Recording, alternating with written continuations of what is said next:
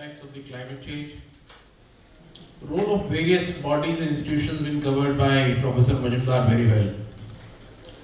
Now I must tell you that the government on its own and its bodies are doing a lot of things. One of the prominent bodies which controls the technical education is the AICTE. We have our friend here with us, Shri Vipin Kumarji, who's been into this particular organization. I'm sure he'll be able to enlighten us as to what all has been done already by the AICTE and what is going on. And if there is anything else that needs to be done, which he himself can tell us. I now invite Shri Vipin Kumarji.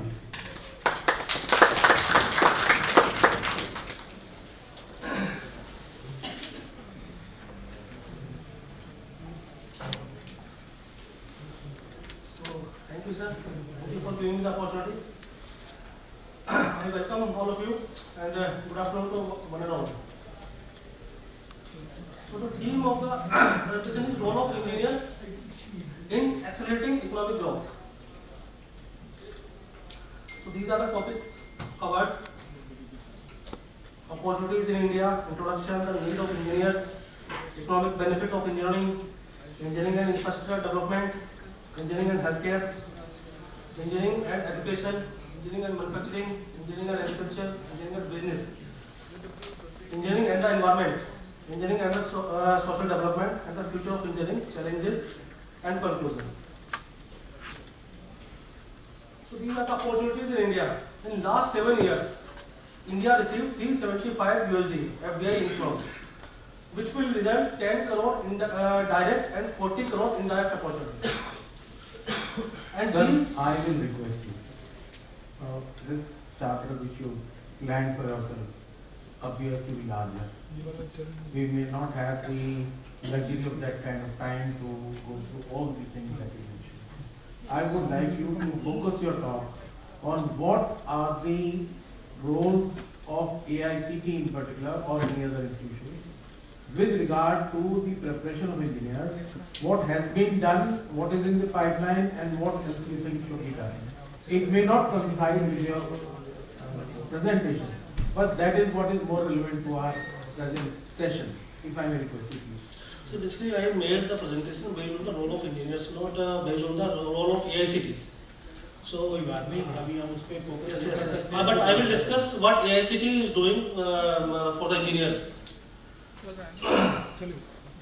So basically these are the role of engineers in accelerating economic growth. Engineers plays an important and vital role. So as the sir suggested that climate change is one of the main issue. So but how we achieve how we disrupt this climate change? So only engineers can disrupt the changes. And how we disrupt the changes? By optimize all the processes which are necessary for making the products or generating the services.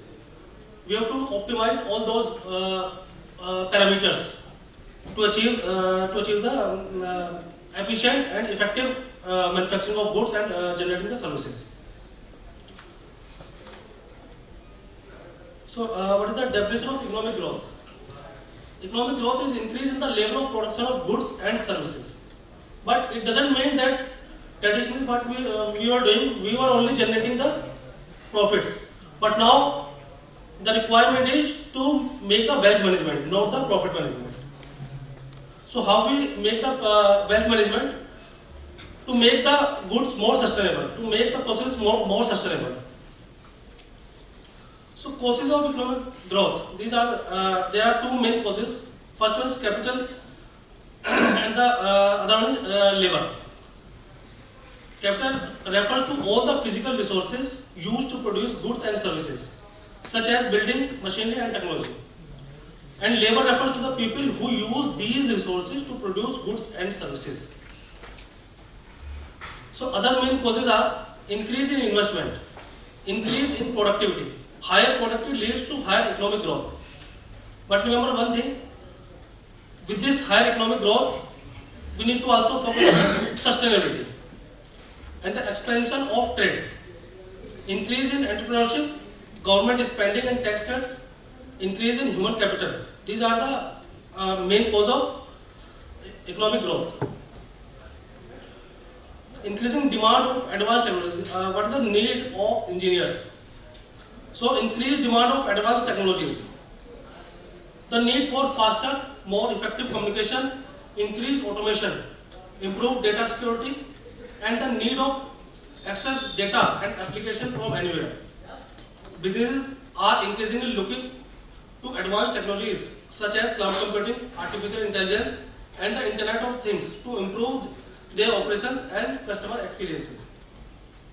Additionally, advances in medical technology have allowed healthcare providers to improve patient care, while advances in the automotive industry have enabled cars to become self-driving. Challenges to sustainable development. First one is poor infrastructure, inadequate access to clean water, climate change as also focused, inadequate education, and poor governance. These are the challenges to sustainable development. And why sustainability?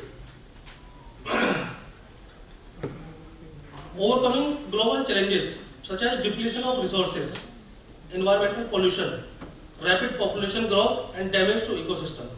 Engineers must adopt a completely different attitude toward natural and cultural systems. And these are the pillars of sustainability: social, environmental, and economic.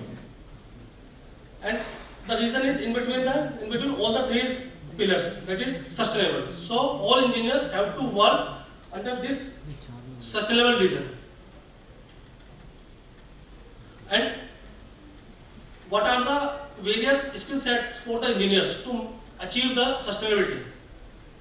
These are technical expertise, problem solving skills, communication skills, computer skills, teamwork, leadership, project management, creative thinking, time management, business acumen. These are the required skill set for the engineers. Economic benefits of engineering. Enhancing productivity. Engineering can help to create more efficient system, products and processes. So as we all know that what is efficiency? It is nothing but the ratio of output to input. So we can increase the efficiency by creating more output with the same input, or by reducing the input with the same output. Cost reduction. Stimulating innovation. Engineering helps create new products, services and technologies that improve the quality of life, boost productivity and increase economic growth. New technologies developed through engineering can reduce costs, improve efficiency and increase production, resulting in economic benefits for companies. So engineering and infrastructure development. What is the role of engineers in the smart cities? Smart cities are cities that use technology to improve the quality of life of their citizens. This includes things like water and energy infrastructure, transportation networks, telecommunication networks, public service, the use of sensors to collect data.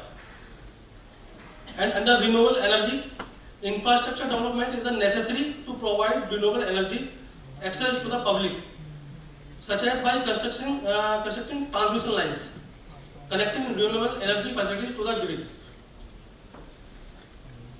And under transportation plays an important role in accelerating economic growth. In order for goods and services to be produced and exchanged in the marketplace, efficient transportation system must be in place. Transport materials and products more quickly and cheaply. So this will be the focus area. And engineering and healthcare. Under medical technology, engineers plays a critical role in accelerating economic growth by helping to develop and deploy new technologies.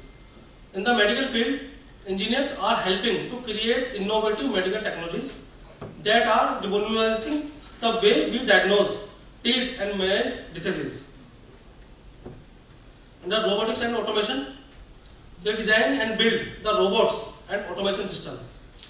They also develop programming and algorithms that are safe, efficient and reliable. Improved diagnostics. engineers can also use their skills to improve diagnostics. By using data to better understand how systems work, engineers can identify and fix problems more quickly and cost effectively. This can reduce downtime and improve productivity. Improved diagnostics can lead to better use of resources. Under education, improving accessibility. So, virtual classes and online tutoring. Like under COVID pandemic, the all processes of teaching through virtual classes we have made online, and developing learning resources. This includes educational video, online courses, textbooks. Enhancing quality of education to reduce gap between those with access to quality education and those without, ultimately boosting the economy and helping to create more equitable society.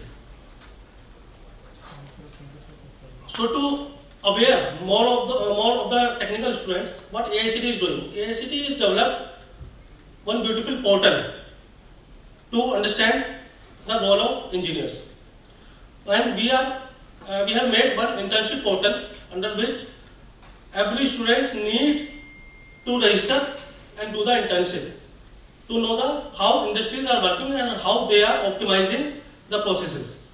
So we have made one internship portal, that is internship.aicte-india.org.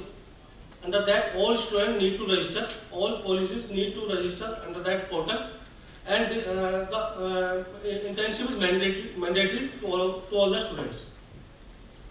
Basically, through internship, what student knows how the processes are optimized, how the products are made effectively and efficiently. If you made effectively and efficiently the product,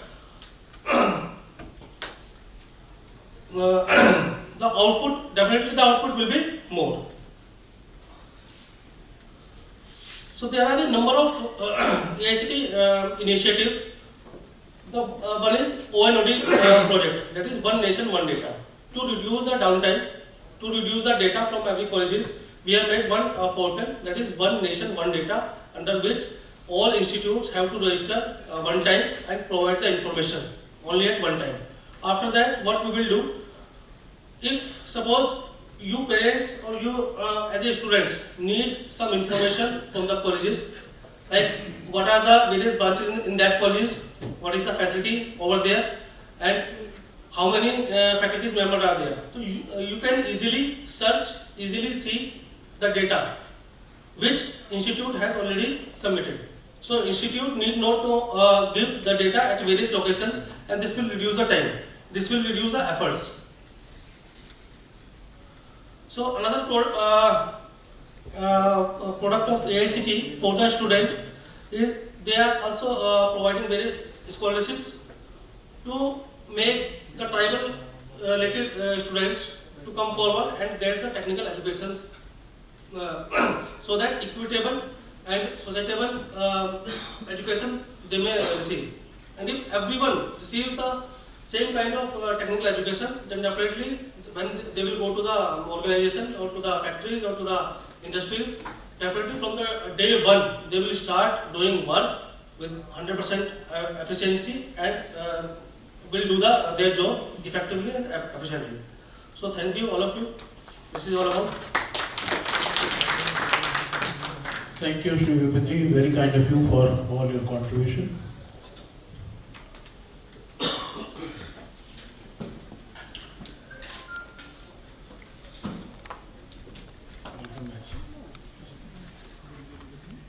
May I ask a question to Dr. Mishra? Yes, sir, please. Dr. Mishra, I have a question. Sorry. Dr. Nitin Kumar, yes. Nitin, my question is, when I was in Delhi College of Engineering, that was affiliated to Delhi University.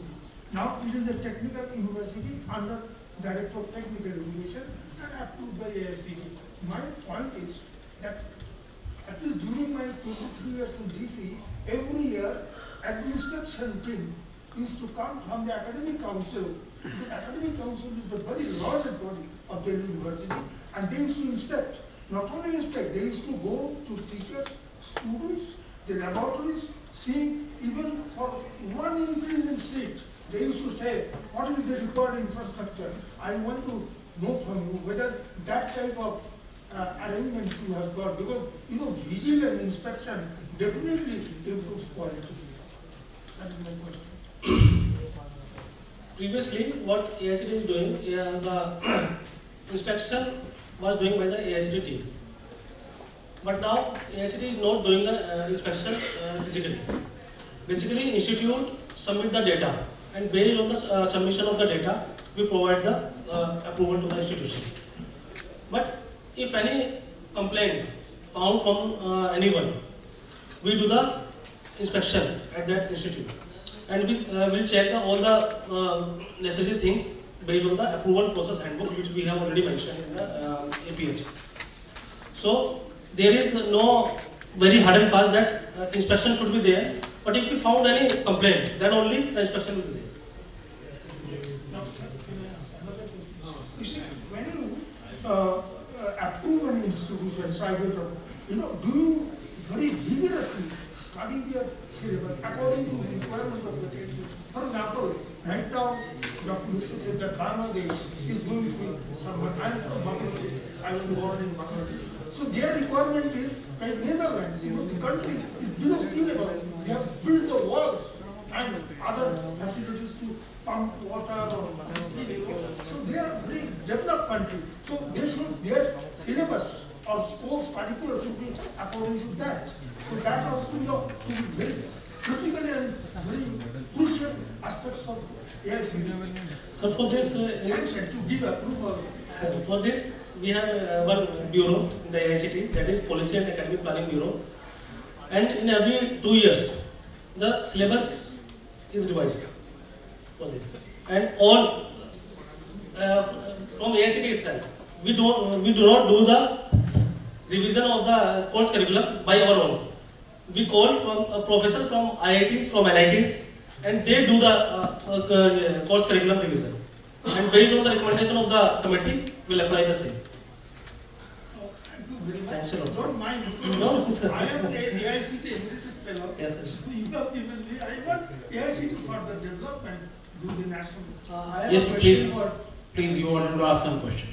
Our one question, sir, as far as carbon sequestering is concerned, capturing carbon is probably emerging as a game changer in the field of climate change.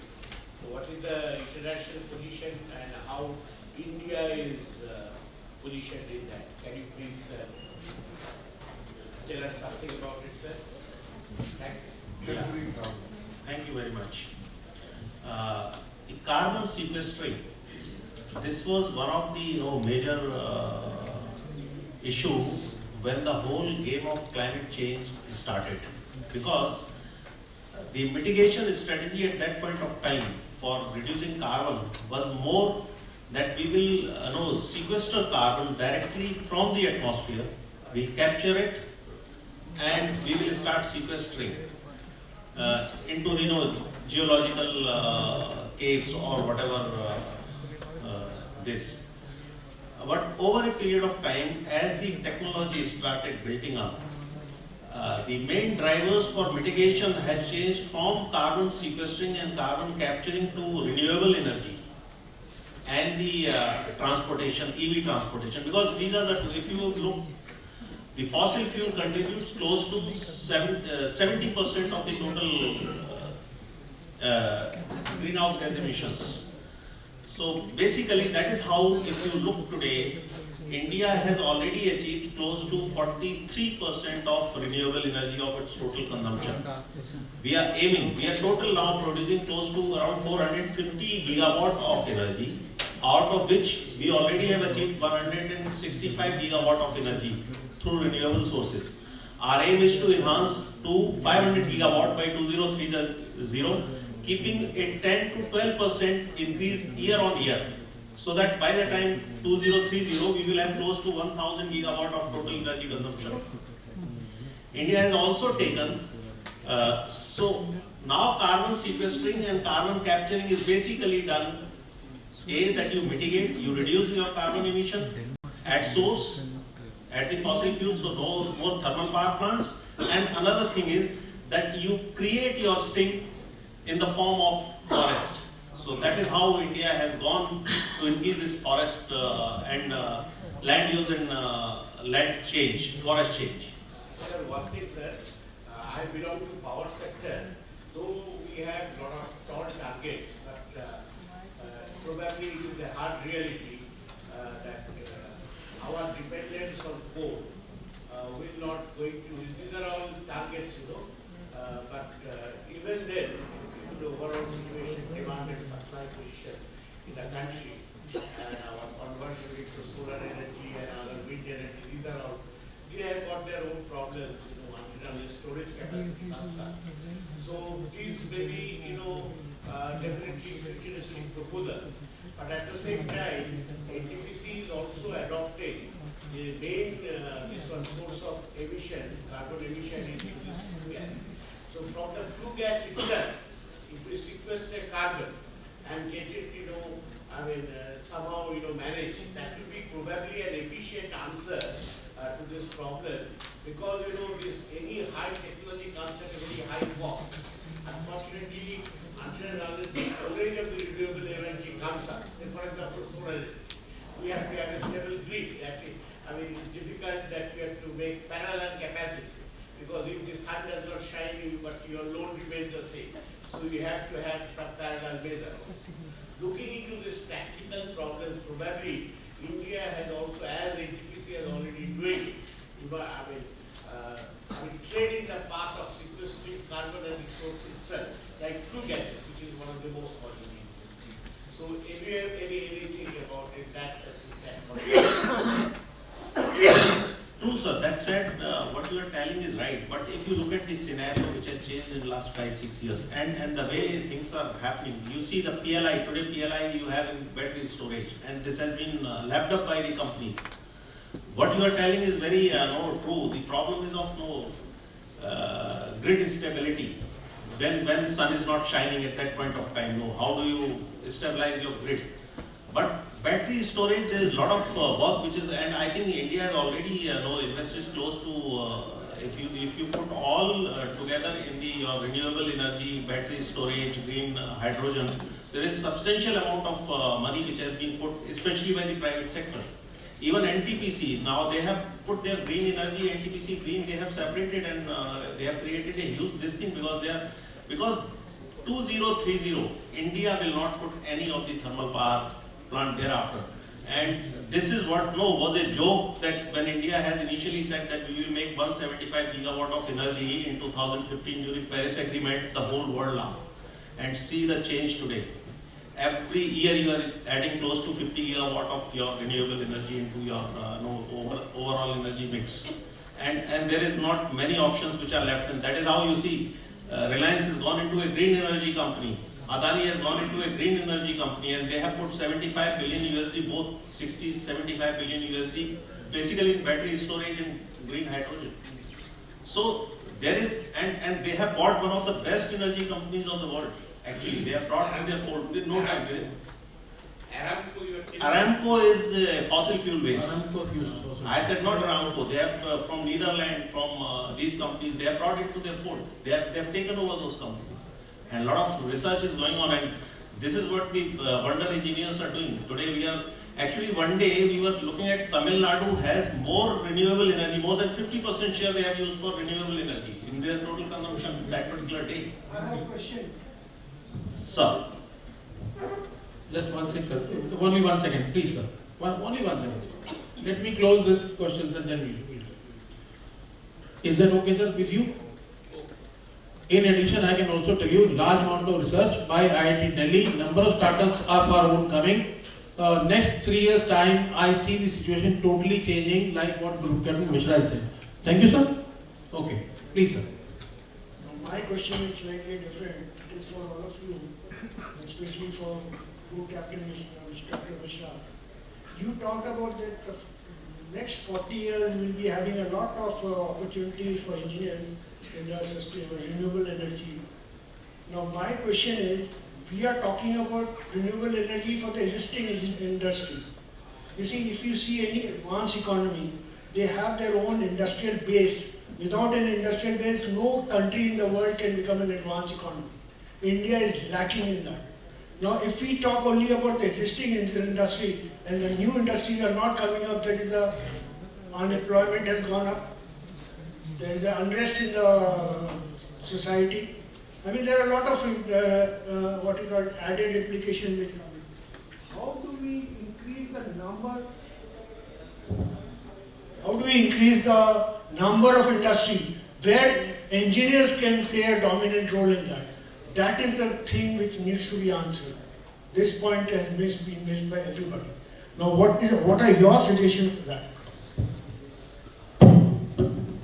What you said, right? The industrial base has to. So India already, when we are calculating our energy needs, we are calculating our energy needs at the rate of 10 to 12% per annum. This the energy needs. This need will come from where? From the industrial revolution which is coming into India. Even our own industries are not ready to invest in industries today.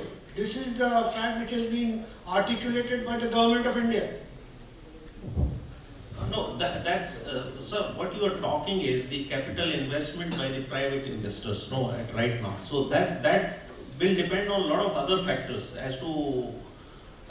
If you look at the, today you are telling of MSME, the way it is coming up, this part of the industry, they are contributing close to 30% of the GDP and they are employing 11 crore people. I think the MSME statistics are that within 7 to 8 years of start of production, more than 70% of the industries are closing down. And the balance which are in function, most of them have stopped their manufacturing and they have shifted to trading. They bring product from outside, put their stamp on their product and sell it in India. This is the problem which is associated with the products being sold in Indian market. It can be, it's obvious. Anybody can see that. No, my take is this. Sir, okay. So my take is that the industrial base, what I had talked about, that the kind of jobs creation which will happen in these sunrise industries which are coming up, along with whatever industrial base we have. Today, suppose you have a cement industry, you have a steel industry. Steel industry today, the Europe has already said that we will have carbon tax on any steel which is coming as a grey steel. Any steel which is being made out of a fossil fuel energy will be taxed. So now there are steel बनाने के लिए industry चाहिए साहब, industry नहीं है, वो मैं बोल रहा हूँ, उसको कैसे बढ़ाएंगे? No, that I think that industrials can and your industry department can answer whether the growth is all right or not. But I am looking at the sunrise industry and the green job, because fossil fuel industry is going to close. The problem is of just transition. Can we suddenly change that? That's the issue. Just one moment, only one comment. I'm basically featureologist. Based on our World Feature Society and other institutions. In feature, actually at present, what he said is right. Why? Oh, you will take next year. Now what our speaker said is right, because you see, right now we know what we are producing per square feet of the solar panel is around 8 to 10 watts. Am I correct, sir? Okay, in future, because of the nanotechnology, already within 1 square inches, we are going to produce the same amount of solar energy, watts, 8 to 10 watts. It's already, commercially it has come into China and all these things. And also, by introducing the same nanotechnology, the blades and size of the windmills are going to change. The revolution will be everything. So we are with the leapfrogging stage. Today we may be talking, what we were doing in the past, what we confronted defeat and all these things. But because of the nanotechnology penetration, within this 2030, our energy, energy scenario is going to change and is going to lead track and everything. And India is going to be energy independent country. Even, we are going to sell this energy for very, very lowest cost. This is what our forecasting and what he said is very correct. As a Fauji, you drive very less because within the campus, once in a while you drive. So I had driven close to around 40,000 in kilometers in last 10 years. I was telling my wife कि इसे बेच देते हैं, दिल्ली में policy आ रही diesel वाली गाड़ी चलेगी नहीं, बोले नहीं इतनी अच्छी गाड़ी है कैसे बेचो क्या करो. The day it crossed 10 years, एक दिन लेके गए रोड पे और that गाड़ी was caught. It has given for a scrape. So this is the policy that we must accept the fact that certain things which are going to go, they will be closed down after some time. Let's accept it. It will be driven forcefully. The scenario is such, and that is what is happening. How people 15 years petrol vehicle, people are telling, but Delhi you can't drive 15 years old vehicle. It is there. They have deregistered 55 lakh vehicles. Okay, fine. 10 years old vehicle is not allowed.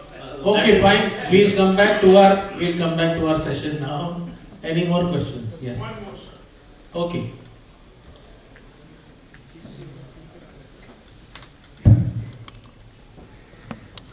We'll take 2 more questions after this.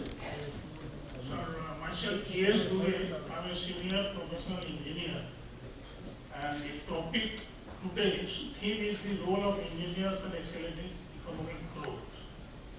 And by 2 non-civilians, military personnel, giant personality, and 2 academicians, my worry is through Engineering Council of India and through Construction Industry Development Council, is something of the top. This is role of government agencies such as AICTE, academia, financial institution, industry, etc. Economic growth. We are in 21st century, and there is economic growth not only in the town but in the villages also, in different municipalities and panchayats. I have framed my question with the present trends of economic growth and societal development.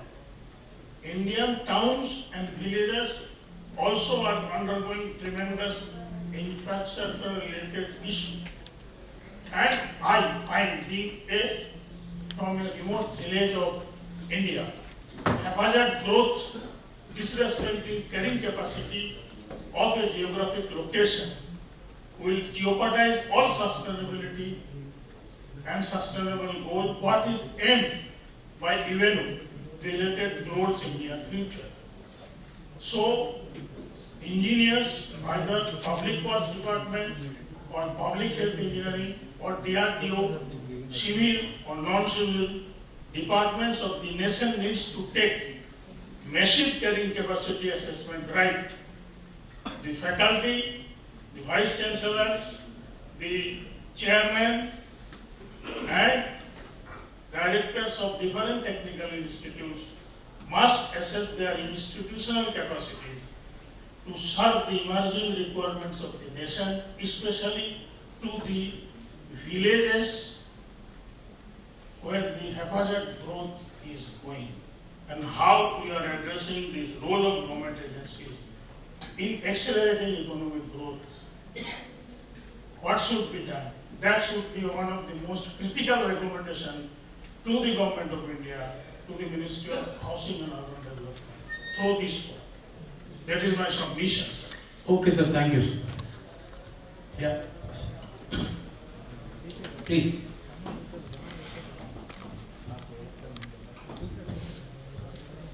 Sir, considering my height, I would prefer to sit so that others can see you.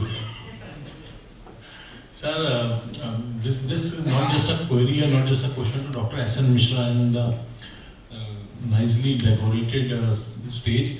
This is also a grievance. As we are talking about technology and engineering, this is me, myself being a non-engineering, non-technical person, I'm a business engineer. But I believe technology and engineering has a very beautiful aspect of ever evolving. every day changing, adapting, then why not the government agencies, all the stalwarts are sitting here, why are they not ready to adapt and accept certain changes unless वो sir पे तलवार की तरह आ जाता है?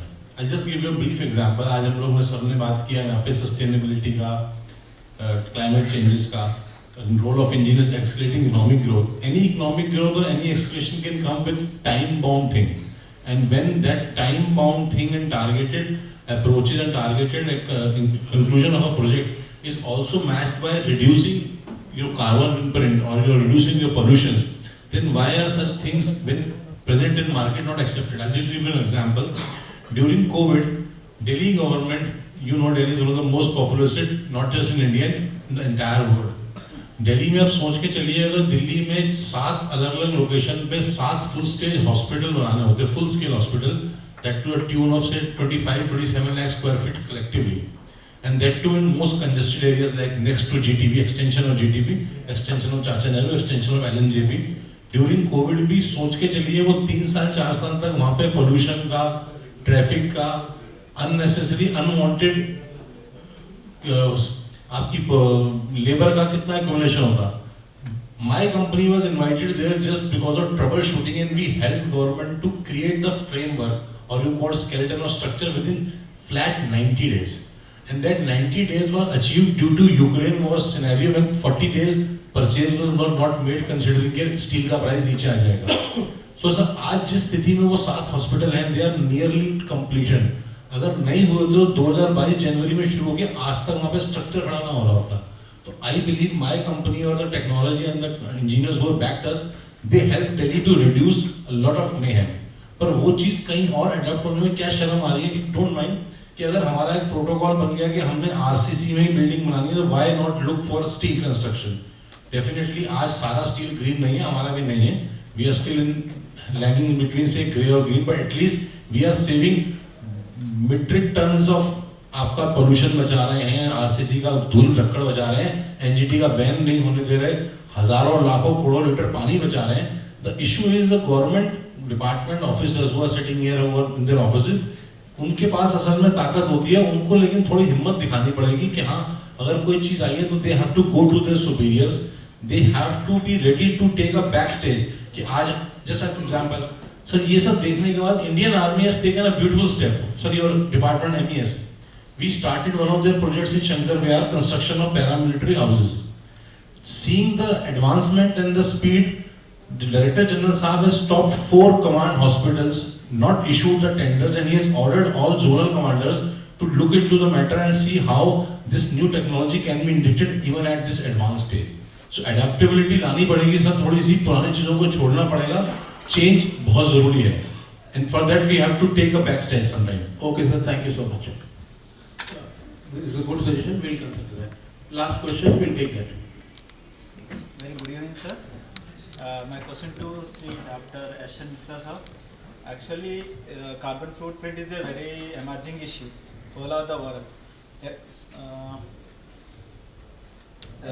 so many applications have been, so many apps are coming today.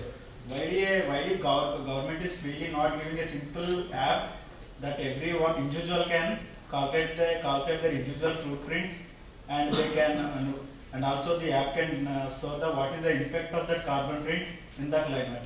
So if any industry, if you want to calculate their carbon footprint, means they have to hire some third party, and they have to hire in a solution, and they have, according to that, they calculate their carbon footprint. If a government can itself promote an app which individual can input every data, normal user data, means. Okay, thank you, I have understood. Yeah, thank you. Okay. Okay, thank you, I have understood. You are recommending that there should be an app by which you can automatically do it, everybody can do it. Thank you. And also the impact on the climate. What you said is personal carbon footprint is not an issue. The personal industry wise. Industry, every industry has a different organizational boundary, ownership, the operational boundaries are different. So when they want to do carbon footprinting or the GHG inventory calculation of their, the government has already issued the IPCC 2006 is a 5 volume for every industry. whether it's cement industry, steel industry. You have to calculate, and it's a humongous task. So it cannot be done by simple application, because your boundary, operational boundary, and my operational boundary of a building is different. My carbon footprint, my fraction of this thing my industry produces is different than your industry. The type of coke you are using, the type of coal you are using. So it's a huge document, and you'll have to meet those experts to do. Otherwise, what those poor people will do, those who are day and night only talking about carbon GHG inventory. You'll have to meet them. Thank you, Guru. Okay. Thank you so much. You see, everything has a different requirement and a different format and a different expert and a different organization. If we start expecting a school teacher to start assessing a university, it will become difficult. Right? Okay. We'll now conclude the session. I want to thank all the co-panelists for the wonderful contributions. I'll now specifically go over a few issues related to this session which are of relevance. First, role of government agencies. The role of government agencies, as far as the engineers and development of engineers is concerned, relates to establishing policies and regulations for the education and training of the engineers, which requires two kinds of things. One is the policy and act by the government. When we say government, it relates to both the governments, because education being a concurrent subject, the union government ministry has a role, the state government ministry also has a role. So they both have to do that. Besides that, they both have their own boards and institutions to monitor. They'll have to prepare their policies, regulations. And as somebody was saying, not only technology to be evolved and considered, even these regulations we will need to review after a period of 4 to 5 years every time, so that they remain relevant. Next is providing funding and resourcing for engineering education and research, especially in critical areas, which normally the industry or somebody else will not do. Where the interest of the government is paramount, the government will do it, and that is their role. Third is collaborating with the industry and academia to align engineering education with the industry needs. This, as far as the government institutions are concerned, the governments are facilitating. As far as the private institutions are concerned, they have now been given instructions, they have started doing it, and it is much better now as compared to earlier. Not only one semester, certain universities have gone in for one complete final year being spent in the industry by the engineering students. Next is developing initiatives to promote innovation and entrepreneurship in the engineering. The government is already announcing schemes for doing this. Last issue as far as the government is concerned is promoting diversity, inclusion and relevance to the environment. This also is being done by the government. Next is role of AICTE. As far as role of AICTE is concerned, they are regulating and monitoring the technical education in India. They have created lot of new frameworks and they have instituted rankings, they have instituted number of things. They are now trying to implement. Number of brainstorming sessions have been conducted, number of awareness sessions have been conducted. The implementation has started. It is going to take at least 2 to 3 years for the implementation to come to some kind of shape. And thereafter, once that starts getting happen, after another 2 years, we'll start the first series of reviews and improvements. Next is accrediting engineering colleges and programs. That process has also started. Number of colleges have already been accredited. Then is developing a curriculum guidelines for engineering education. Certain amount of improvement has been done by AICTE. Some more suggestions they have already received. We are in the process of evaluating them. That will keep on changing. More suggestions if the ECI gives, I am sure they will be able to consider that. Next is encouraging industry academia collaboration. AICTE is also doing that. Promoting innovation and entrepreneurship in engineering education. AICTE issued a policy for that also. As far as role of academia is concerned, providing quality engineering education and training to students is their job. Now, as brought out by my co-panelists, the large number of engineering institutions which had come, a number of them are now closing. They are closing because of two things. One is the supply and demand issue. And the second is the quality issue. We all know the reasons and we all know the solutions also. Next is, as far as the role of academia is concerned, conducting research and development in various engineering disciplines. Large number of institutions which had come into the market only for making money were not interested in this, they did nothing. And the result is known to us. But at the same time, let me apprise you, I have visited number of universities, both public and private, and I am very happy to inform you that large number of them have started doing meaningful research. In one particular university which I visited only last week, I have found 43 new labs with full-fledged infrastructure and equipment systems and specialists being employed and money being pumped for meaningful research into these universities, private universities. Next is developing curriculum and pedagogy to meet the industry needs. That's being done. More needs to be done. Promoting innovation and entrepreneurship in the engineering education, that is also started. Now coming to role of industry. Providing employment opportunities to engineering graduates. Industry in some cases doing. The two major issues which people have already brought out is, one is employability. That employability factor was because of two reasons. One is quality of education. Second was a proper internship. Both are being now looked into. Things have started improving. I am hopeful that with some few fly-by-night kind of colleges closing down and others trying to improve, at least 20% universities and colleges, I am hopeful that within the next 2 to 3 years, they will start producing very good quality candidates. And next is developing new technologies and innovations to boost economic growth. The universities are now trying to focus on that also. Number of private universities are now tying up with foreign industries, foreign universities, foreign institutes, foreign research houses. And these things, once they start taking good shape, things will certainly improve. As far as the role of MSME is concerned, providing employment opportunities and contributing to economic growth is continuing. Yes, number of MSMEs have closed down because of various issues. Yes, there is a need to revive them. Yes, there is a lot of need to improve the,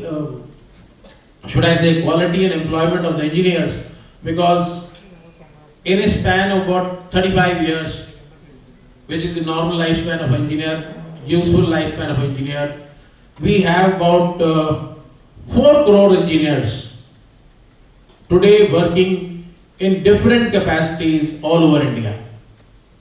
Now these 4 crore engineers, the way the technology is changing, the way the socio-economic scenario is changing, there will be a need to keep pace with the developments.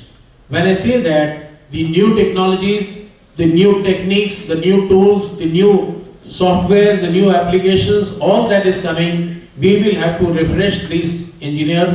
We will have to do their reskilling, we will have to do their upskilling, we will have to re-certify them, upgrade them, and then re-employ them, and we will have to have policies in place so that they are compelled to do it.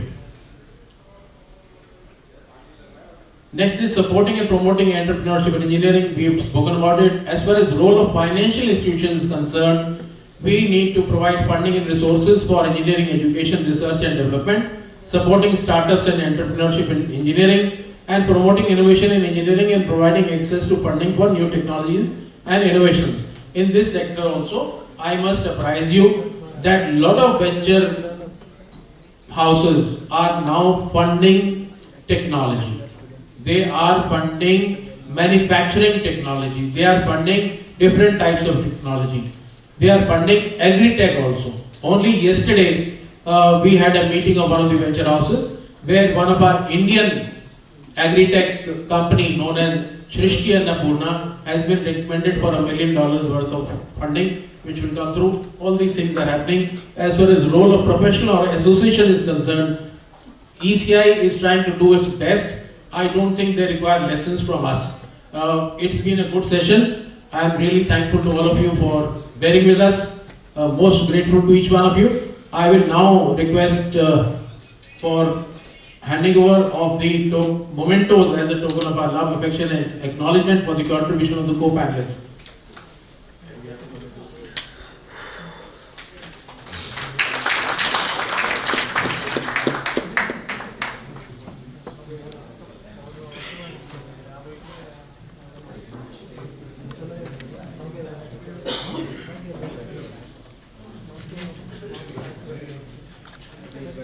May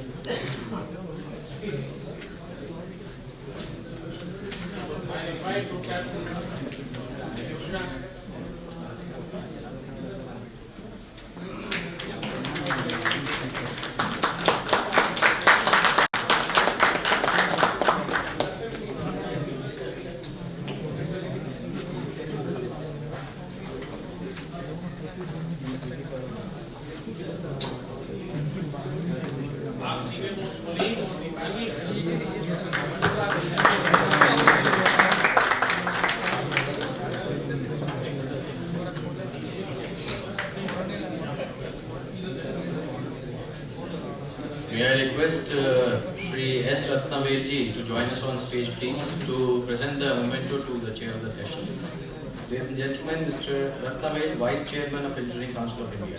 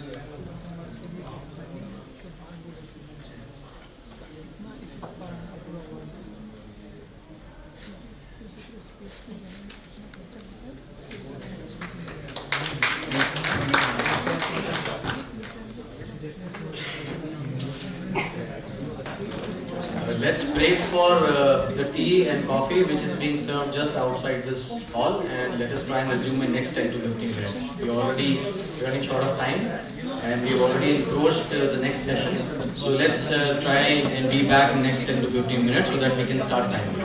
Thank you very much. We are starting the session at exactly 4:15. So please be back.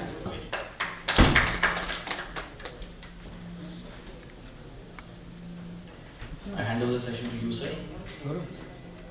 So, good evening, sir.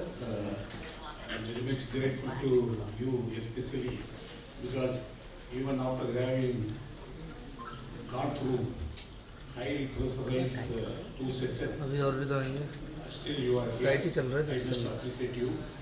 And on behalf of Engineering Council of India, I thank you all. And you are the real complete delegate. You are a real complete delegate. Who is complete delegate means a person who attended the whole session till the last minute. He is called the complete delegate. So why don't you give a round of applause for you? Anyway, this is the technical session 3. Now I request Dr. Rauf Ahmed Barrett to the dais. Please come in, sir. Also, I request Sri D.D. Maheshwari to the dais.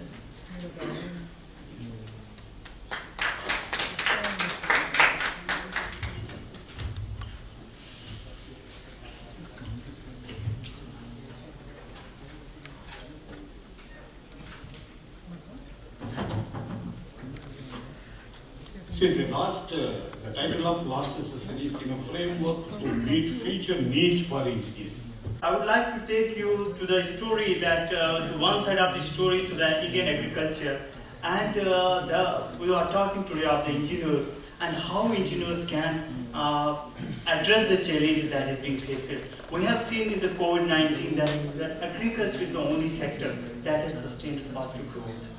But now what is actually happening, where we have reached it, and why there is a need of engineers, that's what I would like to address, and how we can address the future of agriculture through engineering solutions.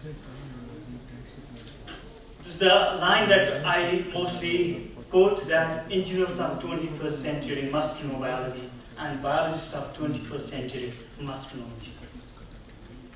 This is the Indian agriculture. We started the first Indian revolution, then small plows started working, then the second industrial revolution, then there was improvement in transportation, farmers started getting the seed towards the market. Then third agricultural revolution, there was the third industrial revolution in which we have the high yielding varieties, we could have the better output. Then we are today in the era of fourth industrial revolution, where we talk of the data, we could talk of the advanced technologies. With this industrial revolution, parallelly, what we have achieved.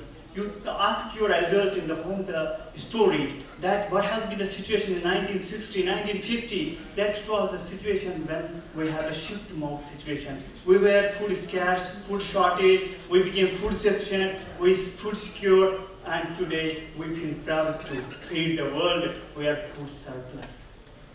But you see here, what we have achieved. Food grains, vegetables, milk, egg, fish, net, everything. You see the times increase from 1950 to 2021. We have made a rainbow revolution in agriculture.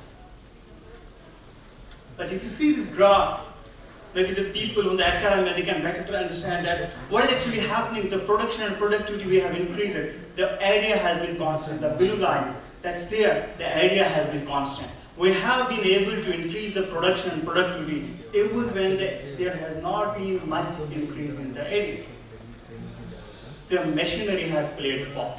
You see, I showed you the data of production, and you see how the mechanization has taken place. The power availability of Indian farms, 1995 to 2030, how it's going to have the accelerated growth and lead to the agricultural production of the country. We need the power availability of 4 kilowatt per hectare, and today we have been also the world's largest tractor manufacturing industry in India. But the story starts here, where the role of engines has to come. We have more demand for food, area is constant. Where we are going to increase, we have to go for the increase in productivity. We have to go for the input resource management. We have in the earlier session, we were discussing about the climate change. The crop is ready, there is a rain, farmers do not have information, our crop is gone. Who will provide the weather advisory to our farmers? It is the engineers. Depleting natural resources, we have to conserve the water. You see the condition in Punjab, Haryana, Rajasthan, UP. We have the declining water resources. Water table is going down and down. We will not be able to sustain the production. Food wastage, weak agriculture supply chains, labor shortage, all things happening in agriculture. That is why I say the agriculture of this century of India is engineering hungry, technology hungry. We need the engineers to solve these challenges. We have to use the advanced technologies. We talk today of the blockchain technology, we talk of IoTs, we talk of drones, robotics. Everything has to come to agriculture to sustain the future of Indian agriculture production. See the blockchain technology. I'm going to highlight some of the examples so that my engineering graduates come and solve the challenges. Today we want to know whether my product is organic or not. How we can satisfy the customer. It's only the technology, blockchain technology. My farmer wants to know whether the seed is from the authentic sources, whether it is from Pusa or it is from some person who has not provided the right seed. We have to go for the blockchain technology. These are the engineering technologies that has to be bring in the Indian agriculture production system. I'm sorry to say I'm going a little fast because I have to maintain the timing, but I hope I'm conveying my message. The drone is used in Indian agriculture system. We had the locust attack, the swarm of locusts in Punjab coming through the borders, and we have to, under the circumstance of those, even when we were not having regulations, we had to put the drone spraying to control that. Now, Government of India has come with the drone regulation in agriculture, and I am fortunate to be the youngest member of the committee that has developed drone regulations for Indian agriculture system. We have no drone regulations in India, and it's evolving out. For drone to take on the Indian farmers, we need young engineers, have the training, train to the farmers. That is the sector that's going to produce the maximum employment, that's the agriculture sector. Today you see the agri startups, we have the engineers coming from IITs, MBAs, going to the agriculture sector and solving the problem through the technological interventions. The RFID in livestock management, if one animal is diseased, how we can use the RFID technology. We have in every vehicle this today RFID, but why cannot we have same in the livestock? We have hundreds of animals so that we can have the data about their health status, what is their temperature, how it's performing, whether it's lazy, it's active, that data so that a person who is dealing with the livestock business can understand, okay, this animal is diseased, I need to bring it out of the flock and have to address this issue. Same way in the crop, we have the area, particular area disease. Drones should go and have the data that this area is disease, only this needs to be treatment. Otherwise, there is the blanket use of pesticides. So engineers are going to make it resource conservative agriculture. IoT in agriculture, this is the picture from our institute. You have seen in the COVID pandemic, we were thinking that had we growing food at each household level, the situation would have been better. We would have to go by force out for search of food. Had we growing food in the urban areas, then we would have been able to sustain and have better management of the restrictions. So this is the IoT in agriculture, where we have the aeroponic system, soilless cultivation system, automatic irrigation system, the urban agriculture. These all, if you like to sometime visit Pusa Institute, you can see the advanced technology, where the engineers play the role and making the Indian agriculture the technology based. And this is what is going to be the future. The Forbes has listed artificial intelligence, machine learning, cloud computing, that's the top 10 digital skills in the next decade. So India also will be requiring 6 million to 12 million jobs in this sector. But then there arises the question, are our engineering students, are our colleges well equipped to address these challenges? The answer is pretty low. We have been discussing that we are changing the course curriculum, we are having the students going the training to the industries, but what about the faculty? We need to train the faculty. If I have done BTech or MTech very early and the technology is advancing, students are getting training, but faculty is same. That is why the result is not that much. So we have to train the trainers. There are disruptive changes in business practices every 5 years, but our curriculum is same, which has been earlier. The engineers of today are not being skilled, right? We are giving the knowledge, but we are not making them skilled. So most of the engineers colleges, they continue to follow those practices. That is why we have to take the change and divert our attention to produce the skilled engineers.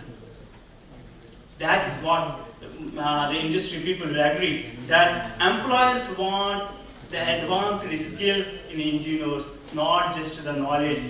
I take in my project, research project, mechanical engineers. For 3 years, I have to teach them the basics, and the project activity remains the same. Because what knowledge they have gained, they are not able to apply that. We have to make them apply that knowledge. So we have to focus on the skills. So that's the what framework to meet the future needs of engineers. Engineering colleges must equip their students with all those cutting-edge technologies. Today we have to be multidisciplinary, but we have to be specific. For example, if I am a computer engineer, but at least I should be having some skill which I can apply and solve some problem. I cannot have everything, but some solution I should be able to provide. If I am going for the machine learning, I should be able to use that. If I am going to the robotics area, some specific skill every engineering student we have to inculcate. That's what's also in new education policy. We have that we should have the certificate courses, vocational courses, so that skill is there. So there is a need for greater emphasis on the vocational skills to meet the changing needs in industry. One more problem I would like to address there. Earlier we were discussing about the AICTE and the professors and I'm also a professor. What is actually happening? The professors are coming and they are making the curriculum. How many people from industry are there in developing that? So when they go to the industry says that we need different skills. What you have put in the curriculum is different than what we need. So we have to have the industry, the academia, the government on one platform and thinking about the engineers. That's the must. We cannot have isolation. We developed a drone policy with the Drone Federation of India.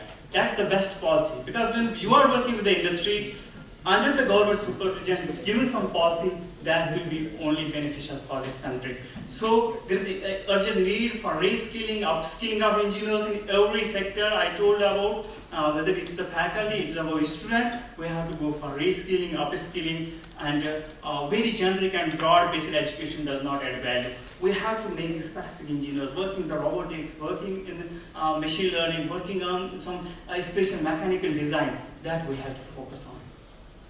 So this I was talking about, the teaching quality, infrastructure. We were talking about the regulation. They are putting in the form, they're filling the form that they have everything. But where is the ground truthing? Whether really that exists there, those labs that exist there, that ground truthing is not there. That's why many colleges in India lack those facilities, but they get the accreditation because our ethics is also poor. I'm talking some harsh points, our ethics is also poor. We feel those forms that I have everything, but ultimately it affects the progress of our country. So there is a need for a student-centric university, industry, government collaboration. In every research project, there should be the industry partner. And it's a good thing that now there is a professor of practice. A person from industry can come and teach in the institute. That's welcome stuff. That to have the experience of industry. Same way professor should go to the industry and have some advanced skill. That is must.